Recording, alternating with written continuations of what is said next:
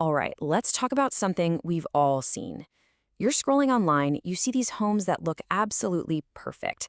I mean, the countertops are gleaming, the floors are flawless, but then you hear about what it's actually like to live there, and it's a total headache. Today, we're pulling back the curtain on the 8 big layout mistakes that turn a picture perfect house into a daily frustration. And this just hits the nail on the head, doesn't it? It's that feeling you get when your own space just seems to be working against you, no matter how pretty it is. It's the invisible stuff, the design choices that you don't notice at first, but they impact your life every single day. So that's exactly what we're going to break down. We're not talking about paint colors or what kind of sofa to buy. Nope, we're digging into the bones of a house, the fundamental layout decisions that can make or break how a home actually feels to live in. Let's get into it. And that feeling, that first impression, it all starts the second you open the front door. This is where so many homes, right from the get-go, get it totally wrong.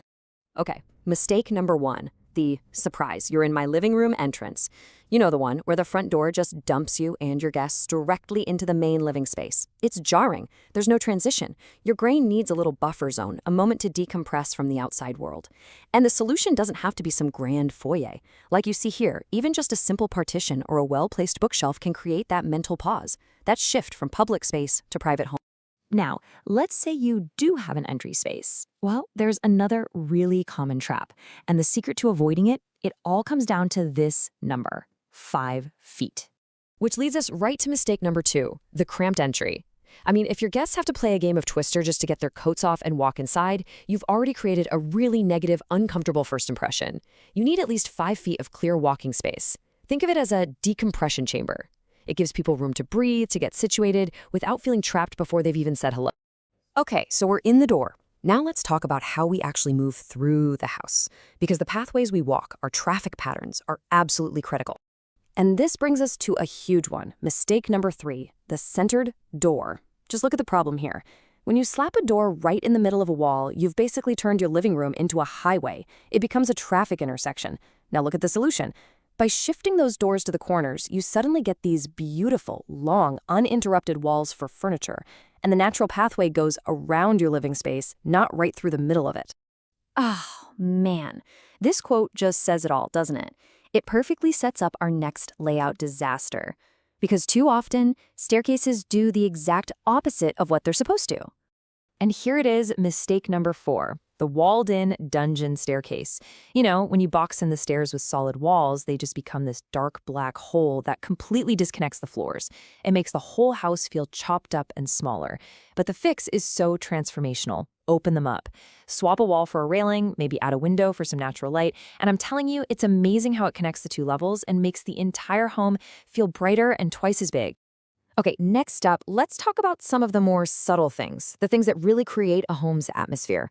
This is all about what you can see and, maybe more importantly, what you don't want to see. Seriously, I want you to picture this for a second. You're walking down your hall, you glance towards the bathroom, and the very first thing that catches your eye is the toilet. If that's the case, well, we've got a problem. And yep, that's mistake number 5, the direct toilet sightline. Let's be honest, nobody wants to make eye contact with a toilet from the living room or the hallway. It's just awkward. But this is such a common flaw, and it's often surprisingly easy to fix. Sometimes all it takes is changing which way the door swings. The goal is simple. You want the first view into the bathroom to be something pleasant, like a nice vanity or a piece of art, not, well, you know. All right, mistake number 6 is something so many homes are guilty of, relying on just one single overhead light. I call this the interrogation room effect. That one light source casts harsh shadows, it makes everything look flat, and it just kills any sense of warmth or depth. The solution? You have to layer your light. Mix that overhead fixture with floor lamps, table lamps. Use mirrors to bounce the natural light you have. It's the combination of multiple light sources that really makes a space feel inviting and alive. All right, we are in our final section now, and this one is all about getting the absolute most out of every single square foot of your home. No wasted space allowed. Oh, this one gets me every time because it's so much wasted potential. I'm talking about those teeny tiny little balconies that are, let's face it, basically just expensive outdoor decorations.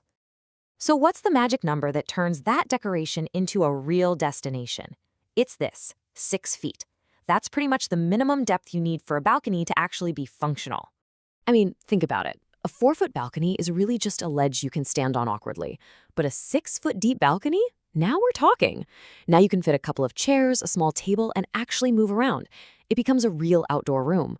And if you want to take it to the next level, add some protection from the sun and wind, a pergola, some side screens. That's how you turn a pricey feature into a space you'll actually want to use all the time. And that brings us to our final mistake, number 8, the awkward dead zones. You know what I'm talking about, these little layout hiccups, that weird nook at the end of the hall, or that useless triangle of space under the stairs. They don't do anything except collect dust and clutter. So the strategy is simple.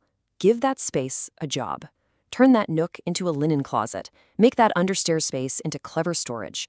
Every single inch of your home should have a purpose. So there you have it.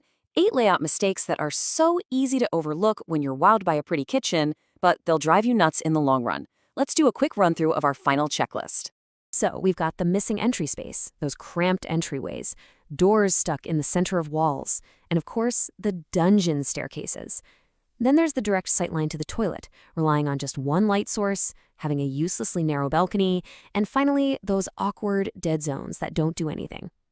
These 8 things matter so much more than fancy finishes, because they're what really affect how you feel and function in your home every single day. Now that you know about these, I guarantee you are going to start spotting them everywhere you go. It's like a superpower you can't turn off.